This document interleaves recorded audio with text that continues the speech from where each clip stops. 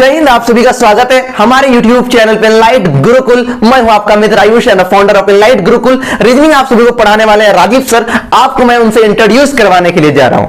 जय हिंद दोस्तों, मेरा नाम राजीव है और मैं आप सभी को रीजनिंग की क्लास प्रोवाइड करूंगा। आज मैं रीजनिंग की क्लास में कोडिंग डिकोडिंग पढ़ाने वाला हूं। कोडिंग डिकोडिंग रीजनिंग का फर्स्ट चैप्टर है एंड बहुत इजी चैप्टर है, इसलिए आप लोग मेरी क्लास को आप लोग ना रटिएगा, सिर्फ प्रैक्टिस कीजिएगा और मेरी क्लास को आप देखिएगा। मेरी क्लास रटने के लिए नहीं है, बस आपको सिर्फ पढ़ना है और समझना है। आज का पहला टॉपिक है कोडिंग। कोडिंग मतलब होता है, coding means to the hide of any message of any meaning of message and decoding means to solve the meaning of message। Coding मतलब होता है कि कोई भी आदमी अगर आपको कोई मैसेज दे रहा है तो वो हाइड करके दे रहा है। डिकोडिंग मतलब हो रहा है वो आपको सोल्यूशन आपको निकालना है उस हाइड मैसेज को, इसी को कहते हैं कोडिंग डिकोडिंग। कुछ टाइप बताने वाला हूं जो exam alphabet coding decoding, second symbol coding decoding,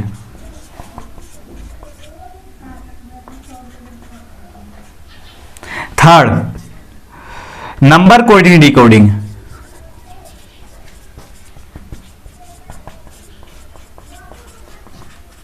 fourth substitution coding decoding.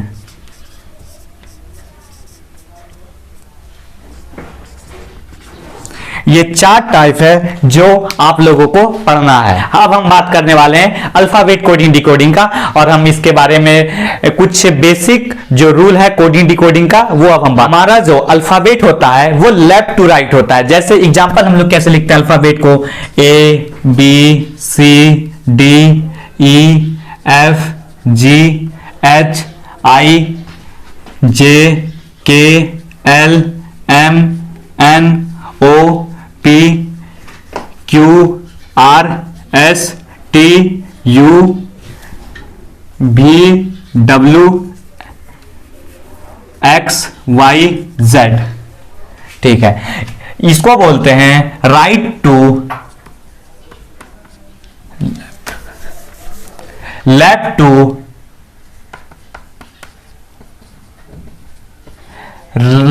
Left to right alphabet. इसे हम फॉरवर्ड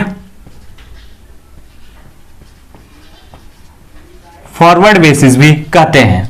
इसे हम न्यूमराइज कर लेते हैं 1 2 3 करके, 1 2 3 4 5 6 7 8 9 10 11 12 13 14 15 16 17 18 19 20 21 22 23 24 25 26।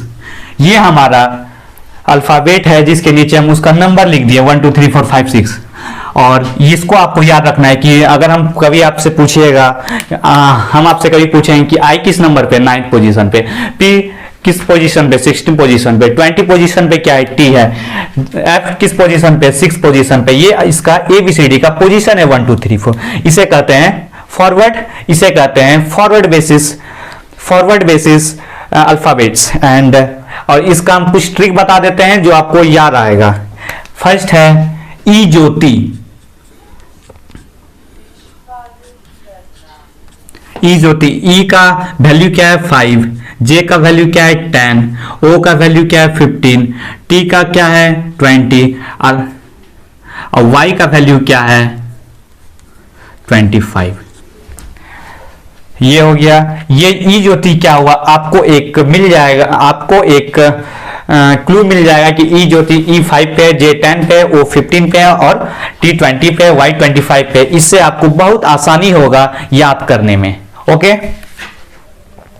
और अब हम और ये एक फॉरवर्ड बेसिस हुआ और अब हम एक बैकवर्ड बेसिस पे बात करने वाले हैं। बैकवर्ड बेसिस मतलब अपोजिट लाएंगे, मतलब Z को 26 मानेंगे, B को 25 मानेंगे, C को 24 मानेंगे, D को 23 मानेंगे, इसी तरह करके उसे कहते हैं राइट टू लेफ्ट अल्फाबेट। इसे कहते हैं बैकवर्ड बैकवर्ड बेसिस, इसे कहते हैं A B C D E F G H I J K L M N O P Q R S T U V W X Y Z. और अब हम इसको क्या करेंगे, इसको पीछे से लाएंगे, यहां से लाएंगे 1 2 3 4 इस तरह करके लाएंगे इसको लेफ्ट टू राइट में, क्योंकि यहां क्या लिखा है, राइट टू लेफ्ट लिखा हुआ है, इसलिए इसको हम राइट टू लेफ्ट में लाएंगे। जैसे जेड को यहां 1 मान लेंगे, वाई को यहां 2 मान लेंगे, एक्स को 3 मान लेंगे, वाई डब्ल्यू को 4 मान लेंगे, इसी तरह करके वी 5 6 7 8 9 10 11 12 13 14 15 16 17 18 19 20 21 22 23 24 25 एंड 26।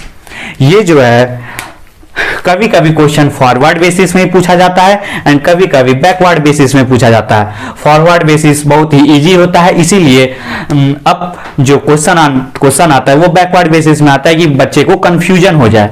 और हमेशा इसको ये इस तरह जैसे कोई भी अल्फाबेट के वर्ड का अगर हमको एक्चुअली उसका फॉरवर्ड बेसिस निकालना है तो इसे हम 27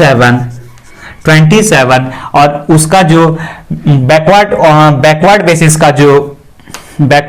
का जो न्यूमेरिकल है उसे घटवा दें। जैसे जी का वैल्यू देखने वाले हैं 27 माइनस 20, तो और 7 में 27 में 20 जाएगा तो बचा 7, तो जी का एक्चुअल वैल्यू होता है 7।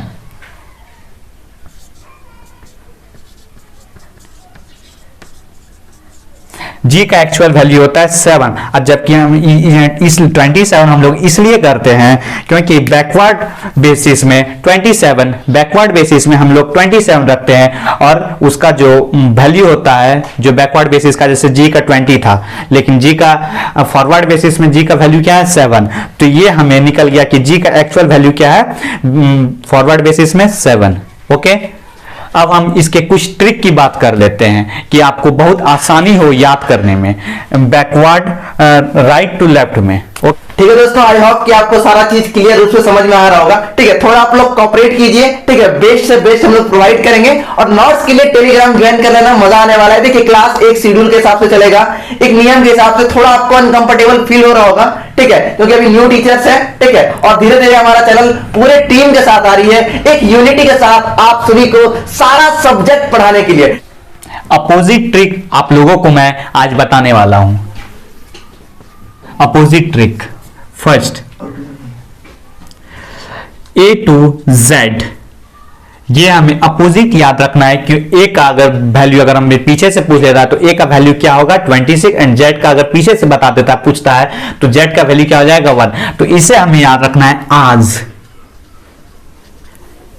ये हो गया आज। अब B का और Y, इसे कहते हैं बाय। अगर जब भी हमें अपोजिट वैल्यू पूछा जाए y का क्या होगा 2 बता देना, और पीछे से इस फॉरवर्ड बैकवर्ड बेसिस से b का वैल्यू पूछेगा तो इसे हम बता देंगे 25। ये दोनों अपोजिट हो जाएगा।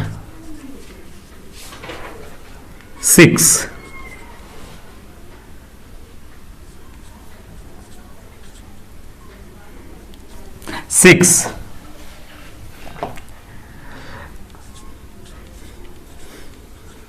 ड्यू,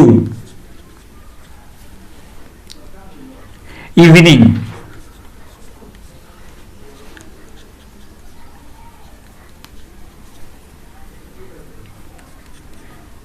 फ्यूल,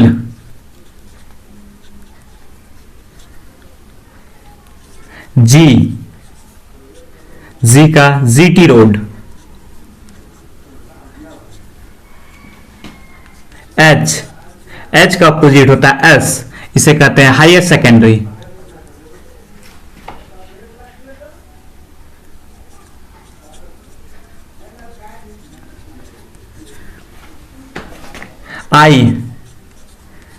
आई को बोलते हैं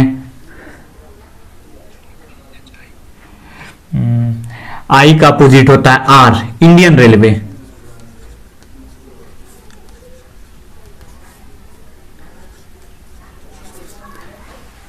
जे, jack and queue.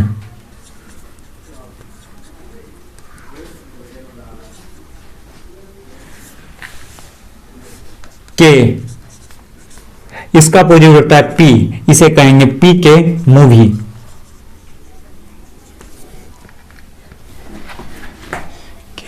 L, L का अपोजिट होता है ओ, इसे कहेंगे लव।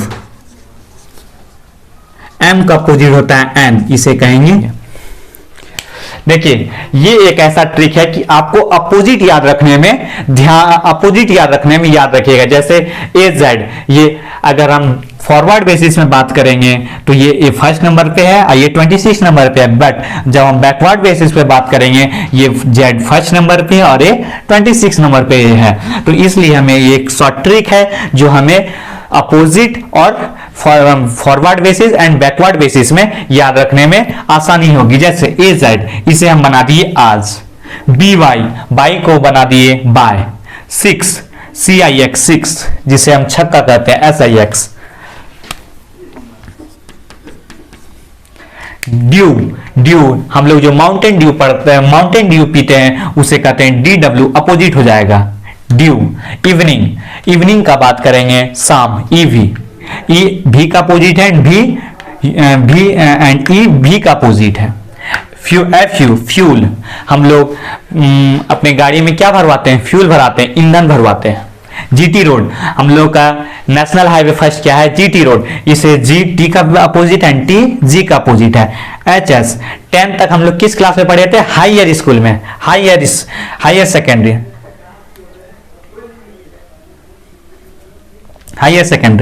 आई आर, हम लोग रेल में यात्रा करते हैं, कौन सा रेल है हमारा, Indian railway, I R. Jack and queen and KP, ये हमारा पी के एक मूवी है।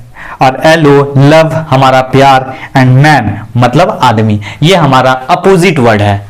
अब हम बात करने वाले हैं कुछ क्वेश्चनों की, ठीक। हमारा मतलब है कि ए के बाद ए के प्रीवियस कौन सा लेटर आता है एंड जेड के नेक्स्ट कौन सा लेटर आता है। ये बात हमेशा आप गौर रखिएगा कि ए के प्रीवियस, एक सेकेंड, ए के प्रीवियस हमेशा z आता है एंड z के नेक्स्ट हमेशा a आता है, क्योंकि हमारा अल्फाबेट एक सर्कुलर। बात हमेशा आप गौर रखिएगा कि a के प्रीवियस, एक सेकेंड, ए के प्रीवियस हमेशा z आता है एंड z के नेक्स्ट हमेशा a आता है, क्योंकि हमारा अल्फाबेट एक सर्कुलर मोशन में चलते रहता है। A B C D E F G H I J K L M N O P Q R S T U V W X Y Z, Z के बाद फिर ए आएगा, फिर से A B C D E F G H I. ये नहीं रखना है कि जेड गया, जेड के बाद जाकर खत्म हो गया, वो हमारा एक सर्कुलर मोशन में हमेशा अल्फाबेट हमारा चलते रहता है। एंड जेड से काउंट करेंगे, जेड वाई एक्स डब्ल्यू, फिर ए से, फिर हमारा ए से, ए के बाद प्रीवियस लेटर जेड आएगा, फिर जेड से हमारा मोशन चलते रहेगा। ये हमारा सर्कुलर मोशन हमेशा चलते रहता है। अब हम चलिए कुछ क्वेश्चनों की बात कर लेते हैं। फर्स्ट क्वेश्चन है, देखिए ये अल्फा कोडिंग डिकोडिंग का इंस्टीट्यूशन को ये लिखा गया है NOITUTIIITSNI, मतलब ये क्या किया गया है कि इंस्टीट्यूशन का अपोजिट कर दिया है। देखिए N आया, O आया, I आया, T आया, U आया, देखिए अपोजिट है कि नहीं।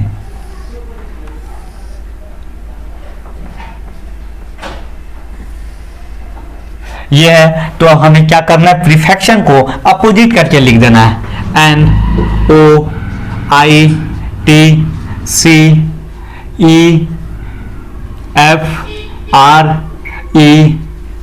ये हमारा हुआ प्रीफिक्सन का अपोजिट, ये हमारा। और हमेशा एक बात याद रखना है कि हमें सभी एक वर्ड को चेक करना है, ये नहीं कि 2-3 मिल गया तो हमारा पूरा ट्रिक और लॉजिक मिल गया, ये गलत है। ये आप सोचिएगा कि 2 मिल गया, 3 मिल गया और आगे भी मिल जाएगा, तो ये आपका सोचना गलत हो जाता है, क्योंकि ये एग्जामिनर जानता है ये बात कि अगर बच्चा को 2-3 मिल जाएगा तो वो उस आंसर को करने के लिए उस आंसर को करने के लिए एक्साइटेड हो जाता है और इसी चक्कर में हम लोगों का गलती हो जाता है। ये हमेशा आप लोगों को गलती नहीं करना है, हमेशा वर्ड टू वर्ड चेक करना है।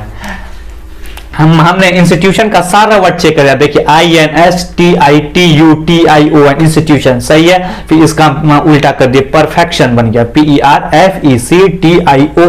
हमेशा ध्यान से पढ़ना है, ध्यान से, क्योंकि रीजनिंग एक ऐसा सब्जेक्ट है कि एक वर्ड आपको पूरा रीजनिंग घुमा देगा लेकिन वो मिलेगा नहीं, इसलिए हर एक वर्ड को आपको चेक करना है कि वो सटीक बैठा है कि नहीं। तो एक्साइटेड में कभी कभी आप लोगों को लगेगा कि ये तो गलती होगी। आप लोग जब एग्जाम के बाहर आइएगा तब आप लोगों को लगेगा कि एक्साइटेड बहुत ही किलर चीज होता है, इसलिए ध्यान से रखना है। नेक्स्ट क्वेश्चन, ये आपका फर्स्ट क्वेश्चन था एंड नेक्स्ट क्वेश्चन की बात करते हैं। और मैंने हर एक क्वेश्चन में अलग अलग टॉपिक का दिया गया जिससे आप सभी को समझने में दिक्कत नहीं होगी, एंड आप लोगों को समझ में भी काफी अच्छे तरीके से आया जाएगा, क्योंकि एक ही टॉपिक का मैं बार बार क्वेश्चन दूंगा तो आप लोगों को हर एक टॉपिक आपका कवर नहीं हो पाएगा, इसलिए मैं हर एक टॉपिक का एक एक क्वेश्चन ही दूंगा और फिर आप लोगों को प्रैक्टिस करना है।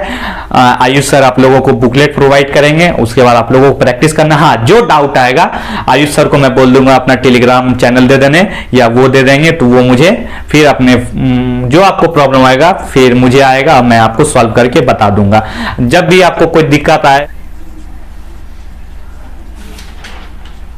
देखिए सेकंड क्वेश्चन है कावेरी। कावेरी का पहले हमें लॉजिक देखना है, ना कि पहले हमें आंसर पे ध्यान देना है, पहले हम लोगों को लॉजिक पे ध्यान देना है कि लॉजिक क्या कह रहा है। कावेरी में लिखा हुआ है VAKIRE। तो देखिए 6 वर्ड है हम लोग का, तो कावेरी में VAK फर्स्ट दिया हुआ है, फिर मतलब 3 वर्ड को फिर अपोजिट किया गया, फिर लास्ट का 3 वर्ड को फिर अपोजिट किया गया। देख लीजिए ध्यान से, V चला गया आपका फर्स्ट में, फिर A चला गया सेकंड में एंड K चल गया थर्ड में, और फिर यहाँ पे E चले गया लास्ट में, R चले गया आपका सेकंड लास्ट में एंड I चले गया थर्ड लास्ट में। ये आपको लॉजिक मिल गया। तो यहाँ देखिए मैसूरी में क्या, ये भी आपका 6 वर्ड का है, तो आपको क्या करना है, मैसूर में SYM अपोजिट कर दी और फिर इसका लास्ट का 3 को फिर अपोजिट करेंगे ERO। ये हो गया आपका अपोजिट वर्ड, ठीक है। और अब मैं और नेक्स्ट क्वेश्चन की बात करता हूं। इसका लॉजिक वर्ड है M। देखिए मैंने आपको कहा था ना, एक सर्कुलर मोशन में A का प्रीवियस लेटर Z होता है एंड Z का नेक्स्ट लेटर A होता है। देखिए यहाँ पे क्या हुआ है, N का प्रीवियस लेटर M है एंड 14 पे है, M 13 पे है। ये हुआ आपका N का प्रीवियस लेटर A तो लास्ट ही लेटर आपका फर्स्ट लेटर होता है, लेकिन यहाँ पे A का आपका प्रीवियस लेटर Z आ गया एंड M आपका 13 पे होता है, M आपका 13 पे होता है, M का प्रीवियस लेटर L जो 12th नंबर पोजीशन पे है और E आपका 5th पोजीशन पे जो यहाँ पे आकर के 4th पोजीशन पे है, ठीक है। तो प्यून का हमें हर एक पोजीशन को प्रीवियस लेटर लेकर जाना है। P का प्रीवियस O, E का प्रीवियस लेटर D, O का previous letter N and N का प्रीवियस लेटर M। ये हुआ आपका। अब मैं नंबर कोडिंग डिकोडिंग की बात करता हूं। 24 then what is dog. C किस पोजीशन पे है, 3 पोजीशन पे है और C का एक्चुअल वैल्यू भी 3 होता है। जैसे A होता है फर्स्ट, B होता है सेकंड एंड C होता है थर्ड। कैट का 24 है तो डॉग का क्या होता है, C का क्या वैल्यू होता है 3, A का क्या वैल्यू होता है 4 एंड T का वैल्यू होता है 20। तो 20 गलत हो गया, एडिटिंग करने हमको 1 घंटा लगेगा। C equal to 3, cat equal to 24 और dog equal to what. C का वैल्यू क्या होता है हमारे अल्फाबेट में 1। C का अल्फाबेट C का न्यूमेरिकल क्या हो जाता है हम लोग का अल्फाबेट में 3 एंड C का वैल्यू हो जाएगा 3। A का क्या होता है 1 एंड T का होता है 20। तो इस तीनों को जोड़ दिया गया तब यहाँ पे 24 लिखा गया। 20 plus 1 22 21 and 21 plus 3 equal to 24। तो हम लोग को डॉग को लिखना है, यहाँ पे न्यूमराइज करना है डी किस पोजीशन पे होता है? 4th पोजीशन पे। ओ किस पोजीशन पे होता है? 5th पोजीशन पे। एंड जी किस पोजीशन पे होता है? 7th पोजीशन पे। तो हम लोग का यहाँ पे निकल जाएगा 11, 6 एंड 2, टोटल हम लोग का निकल जाएगा 26, 19, 26। डॉग का वैल्यू हो जाएगा हम लोग का 26। एंड इसी क्रम में एंड अब मैं नेक्स्ट क्वेश्चन की बात करता हूं। ये हम लोग का नंबर सीरीज का फर्स्ट क्वेश्चन है। सेकंड क्वेश्चन मैं हर टॉपिक का 2 क्वेश्चन बता दूंगा और उसके बाद आप लोगों को प्रैक्टिस करना है। मशीन को लिखा गया है ये, तो व्हाट इज डेंजर। देखिए m का वैल्यू क्या होता है? 30। पहले आप लोगों को क्या करना है कि जिसका जो वैल्यू होता है वो हमें opposite and forward basis and backward basis में लिख लेना है। जैसे m का वैल्यू होता है फॉरवर्ड बेसिस में 13, a का 1, c का 3, h का 8, i का 9, n का 14 एंड e का 5। एंड बैकवर्ड बेसिस में m का वैल्यू होता है 14, a का 26, c का 24,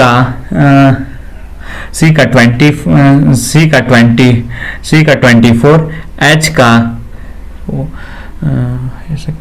19, i का 18, n का 13 एंड e का भी 22। देखिए अब हमें क्या करना है, दोनों का मैंने ऊपर में एक ये फॉरवर्ड बेसिस है, ये फॉरवर्ड बेसिस है, ये बैकवर्ड बेसिस है। देखिए 13 में यहाँ m को क्या लिखा गया है? 13। तो 13 में कितना जोड़ा जाए जो 19 आ जाए? तो 13 में हम लोगों को जोड़ना है 6। 13 + 6 = 19। ये एक मिल गया। अब हमें और नेक्स्ट चेक करना है a में अगर हम 3 जोड़ेंगे तो क्या बने? यहाँ 6 जोड़े तो यहाँ 19 आया। तो a में हम 6 जोड़ेंगे तो यहाँ आ जाएगा 7। तो 6 + 1 7।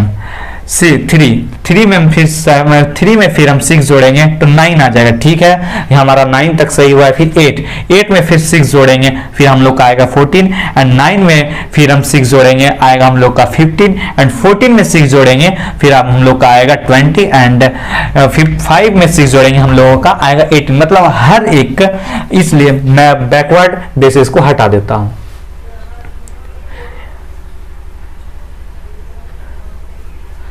हम लोग को हर एक वर्ड में 6 जोड़ा गया है, तो हम लोग को अब डेंजर में भी हर एक वर्ड में जो उसका एक्चुअल वैल्यू में हमें 6 जोड़ना है। जैसे डी का वैल्यू क्या होता है?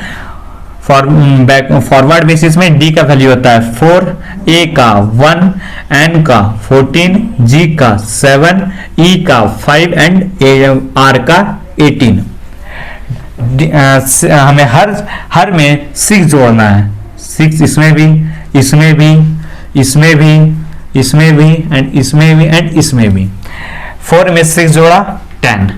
ठीक है, ए में 1 में 6 जोड़ा 7, 14 में 6 जोड़ा 20,